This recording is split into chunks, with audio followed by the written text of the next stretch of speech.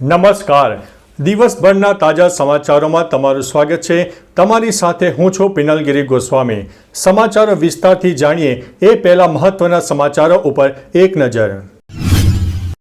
મિત્રો, આજની વિડીયોમાં વાત થશે 166 નાગરિકોનું સ્થળાંતર, ભરૂચમાં મેઘરાજાનો કહેર, રાજકોટમાં વરસાદ બાદ રોગચાળાનો ભરડો, 15 જેટલા બોગસ તબીબો ઝડપાયા, ફરિયાદ ન સાંભળતા ફરિયાદીએ કર્યું છે એવું કંઈક તે તમને હસવું આવશે. નાગાલેન્ડમાં ભૂસ્ખલન, ત્રિપુરામાં પણ પૂરની પરિસ્થિતિ જોવા મળી છે. સાયબર ક્રાઇમને રિપોર્ટ કરવાની ટ્રાઈએ સલાહ આપી છે. યુક્રેનમાં જેલેન્સ્કીના 5 મંત્રીઓના રાજીનામા સામે આવ્યા છે. ગોવાભાઈ રબારીને સુપ્રીમ કોર્ટની ફટકાર સામે આવી છે. ત્યારે આગળ વાત થશે અંબાજીમાં 1 કિલો સોનાનું દાન મળ્યું છે. ફિલ્મ ઇમરજન્સી પર જબલપુર હાઈકોર્ટે લગાવી છે રોક. સિંગાપોરમાં ભારતીય સમુદાય દ્વારા પીએમ મોદીનું સ્વાગત, રાખડી બાંધવામાં આવી હતી. ત્યારે આગળ વાત થશે ફરજ પર બેદરકારી કરવાને લઈને પીઆઈને સસ્પેન્ડ કરવામાં આવ્યા છે. ત્યારે વાત થશે ફેક એકાઉન્ટ બનાવીને હત્યાનું કાવતરું સામે આવ્યું છે અને આ કારણે વધુ ગુજરાતીઓ જાય છે થાઈલેન્ડ. હવે મિત્રો સમાચારો વિસ્તારથી. થાઈલેન્ડ સરકારે ભારતીય પ્રવાસીઓ માટે Bangkok visa free travel 11 November 2024 સુધી રાખ્યું છે. ભારતીય ટુરિસ્ટ વિઝા વગર મુસાફરી કરી શકે છે. ભારતથી થાઈલેન્ડ ફ્લાઇટમાં ફક્ત 4 કલાકમાં પહોંચાય છે. એડવાન્સ બુકિંગમાં ટિકિટ વધુ સસ્તી મળે છે. અહીં ફરવાનું સસ્તું પડે છે. ત્યાં ટ્રાન્સપોર્ટ સિસ્ટમ સુવિધાજનક છે. તમે બેંગકોકનું ભોજન પસંદ પડી શકે છે. બેંગકોકમાં 100થી વધુ ભારતીય રેસ્ટોરન્ટ પણ આવેલા છે. મિત્રો, અન્ય મહત્વના સમાચારની વાત કરીએ તો ફેક એકાઉન્ટ બનીને હત્યાનું કાવતરું. પુણેમાં એક યુવકની હત્યાનું એવું કાવતરું ઘડાયું કે જે ખૂબ ચોંકાવનારું છે. અહીં એક યુવકે યુવતીના નામે ફેક એકાઉન્ટ બનાવીને પ્રેમ જાળમાં ફસાવી યુવકને પુણેના સિંહગઢ રોડ પર મળવા બોલાવ્યો. જ્યારે યુવક તેને મળવા આવ્યો ત્યારે તરત જ આરોપીઓએ તેના ઉપર હુમલો કર્યો. હુમલા બાદ યુવકના શરીર પર 31 ઈજાના નિશાન છે. આ ઘટના અંગે પોલીસનું કહેવું છે કે આ હુમલો પૂર્વ આયોજિત માનવામાં આવી રહ્યો છે. મિત્રો, અન્ય મહત્વના સમાચારની વાત કરીએ તો ફરજ પર બેદરકારી કરવાને કારણે પીઆઈને સસ્પેન્ડ કરવામાં આવ્યા છે. અમદાવાદમાં એક પીઆઈ પોતાની ફરજ પર બેદરકારીને કારણે સસ્પેન્ડ થયા છે. આ પીઆઈ રાણીપ પોલીસ સ્ટેશન પર ફરજ બજાવતા હતા. તેમનું નામ બીડી ગોહિલ છે. અમદાવાદ પોલીસ કમિશનરે આ પીઆઈને સસ્પેન્ડ કર્યા છે કારણ કે અરજદારે દુકાનને લઈને 3 અરજી કરી હતી, છતાં પીઆઈએ કાર્યવાહી ન કરી. પીઆઈએ પોતાની મનમાની કરતા પોલીસ કમિશનરે પાઠ શીખવ્યો છે. મિત્રો, અન્ય મહત્વના સમાચારની વાત કરીએ તો સિંગાપોરમાં ભારતીય સમુદાય દ્વારા પીએમ મોદીનું સ્વાગત, રાખડી બાંધવામાં આવી છે. પીએમ મોદી બ્રુનેઈ બાદ સિંગાપોર પહોંચી ગયા છે. ત્યારે હોટલ પહોંચતા જ ભારતીય સમુદાય દ્વારા પીએમ મોદીનું સ્વાગત કરવામાં આવ્યું હતું. ઢોલ વગાડવામાં આવ્યા હતા. લોકોએ તેમની સાથે સેલ્ફી લીધી હતી.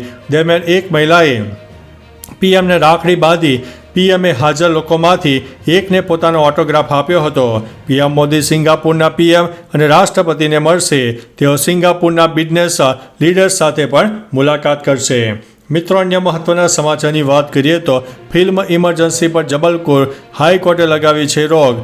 કંગના રનૌતની ફિલ્મ ઇમરજન્સી પર સોમવારે ફરી એકવાર મધ્યપ્રદેશ હાઈકોર્ટમાં સુનાવણી થઈ છે. આ મામલે મધ્યપ્રદેશ હાઈકોર્ટે કંગના રનૌત, સેન્સર બોર્ડ અને કેન્દ્ર સરકાર પાસેથી જવાબ માંગ્યો છે. આ અરજીમાં શીખ સમુદાય ફિલ્મ પર શીખ સમુદાયને ખોટી રીતે દર્શાવવાનો આરોપ લગાવ્યો છે. હવે આ કેસની આગામી સુનાવણી 3 સપ્ટેમ્બરના રોજ મંગળવારે થવાની હતી. મિત્રો, અન્ય મહત્વના સમાચારની વાત કરીએ તો અંબાજીમાં 1 કિલો સોનાનું દાન મળ્યું છે. અંબાજી મંદિરમાં ભક્તો અવારનવાર સોનાનું દાન આપતા હોય છે. અત્યારે ગુપ્ત દાનના રૂપે 1 કિલો સોનાનું દાન મળ્યું હોવાની ઘટના સામે આવી છે. માય ભક્તે દાન પેટીમાં ચૂંદડીમાં સોનાની 10 લગડીઓ બાંધીને દાન પેટીમાં અર્પણ કરી હોવાનું સામે આવ્યું છે. ભંડારો ખોલતા જ 10 લગડીઓ મળી આવી હતી, જેની અંદાજિત કિંમત 70 થી 75 લાખ રૂપિયા હોઈ શકે છે. પહેલીવાર સોનાનું આવું દાન મળ્યું છે. મિત્રો, અન્ય મહત્વના સમાચારની વાત કરીએ તો ગોવાભાઈ રબારીને સુપ્રીમ કોર્ટની ફટકાર. એપીએમસીના વર્તમાન ચેરમેન ગોવાભાઈ રબારી સામે માર્કેટ યાર્ડના વહીવટમાં ગેરરીતિ આચરવામાં આવતી હોવાથી વર્ષ 2015માં ગુજરાત સરકાર દ્વારા ₹4.11 કરોડ ઉપરાંતની વસૂલાત માટે ગુજરાત હાઈકોર્ટમાં દાવો દાખલ કરવામાં આવ્યો હતો. જેની સામે ગોવાભાઈએ દાવો રદ કરવા માટે સુપ્રીમ કોર્ટમાં પિટિશન દાખલ કરી હતી.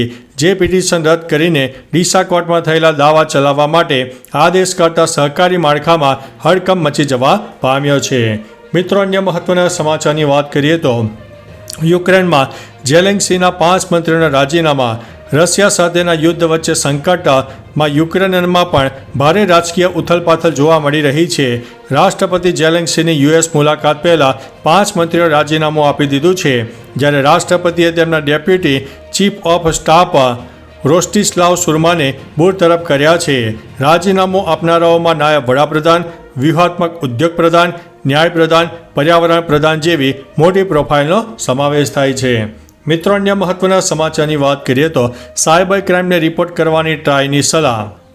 હાલ દેશમાં ઘણા સાયબર ફ્રોડ થવાના કિસ્સાઓ સામે આવતા રહે છે, ત્યારે ટ્રાય કહે છે કે સાયબર ક્રાઇમ અને નાણાકીય છેતરપિંડી જેવા મામલાઓમાં લોકોએ ટેલિકોમ્યુનિકેશન વિભાગના સંચાર સાથી પ્લેટફોર્મ પર ઉપલબ્ધ ચક્ષુ સુવિધા પર રિપોર્ટ કરવી જોઈએ. સાયબર ક્રાઇમ હેલ્પલાઇન નંબર 1930 પર સંપર્ક કરી શકાય છે. ઓફિશિયલ વેબસાઇટ પર શંકાસ્પદ કોલની માહિતી આપવી.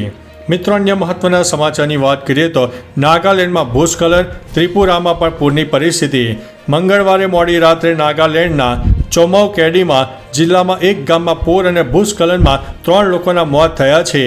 આ ઘણા લોકો ગુમ પણ છે. સર્ચ ઓપરેશન ચાલુ છે. રાજધાની કોહિમાથી દિમાપુર જોડતો નેશનલ હાઈવે નંબર 29નો એક ભાગ સંપૂર્ણપણે ધોવાઈ ગયો છે. આંધ્રપ્રદેશ, તેલંગાણા અને ત્રિપુરામાં વરસાદ અને પૂરના કારણે 7 દિવસમાં 64 લોકોએ જીવ ગુમાવ્યો છે. મિત્રો, અન્ય મહત્વના સમાચારની વાત કરીએ તો ફરિયાદ ન સાંભળતા ફરિયાદીએ એવું કંઈક કર્યું કે તમને નવાઈ લાગશે. મધ્યપ્રદેશના નીમચમાંથી એક ચોંકાવનારો કિસ્સો સામે આવ્યો છે.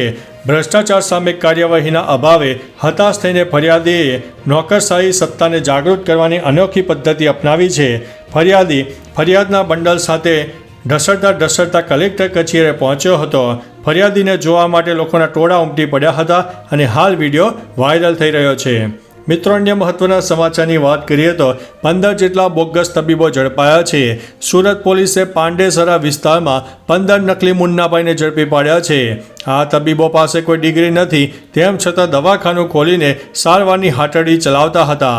સામે આવેલી માહિતી અનુસાર એક પણ તબીબ ઘણા સમયથી આ વિસ્તારમાં લોકોના સ્વાસ્થ્ય સાથે ચેડા કરી રહ્યા હતા.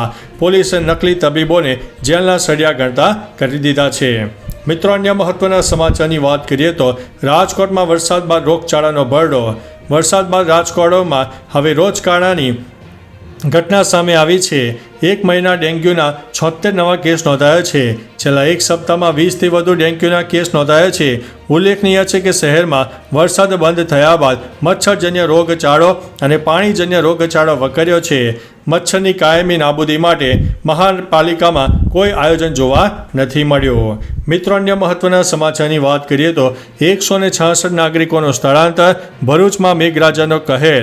ભરૂચમાં પડેલા ભારે વરસાદને કારણે નાગરિકોની મુશ્કેલીમાં વધારો થયો છે.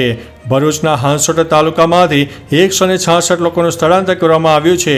આસરમા ગામેથી 52 અને પાંજરોલી ગામેથી 114 લોકોનું સ્થળાંતર કરવામાં આવ્યું છે. ઉલ્લેખનીય છે કે નર્મદા નદીના જળસ્તરમાં પણ વધારો થયો છે. બીજી તરફ વાલિયામાં કીમ નદીના પાણી પણ ફરી વળ્યા છે. તો ચાલો મિત્રો, ફરીથી દેશ અને દુનિયાના સુપરફાસ્ટ સમાચાર લઈને મળતા રહીશો. ત્યાં સુધી અમને રજા આપશો. નમસ્તે.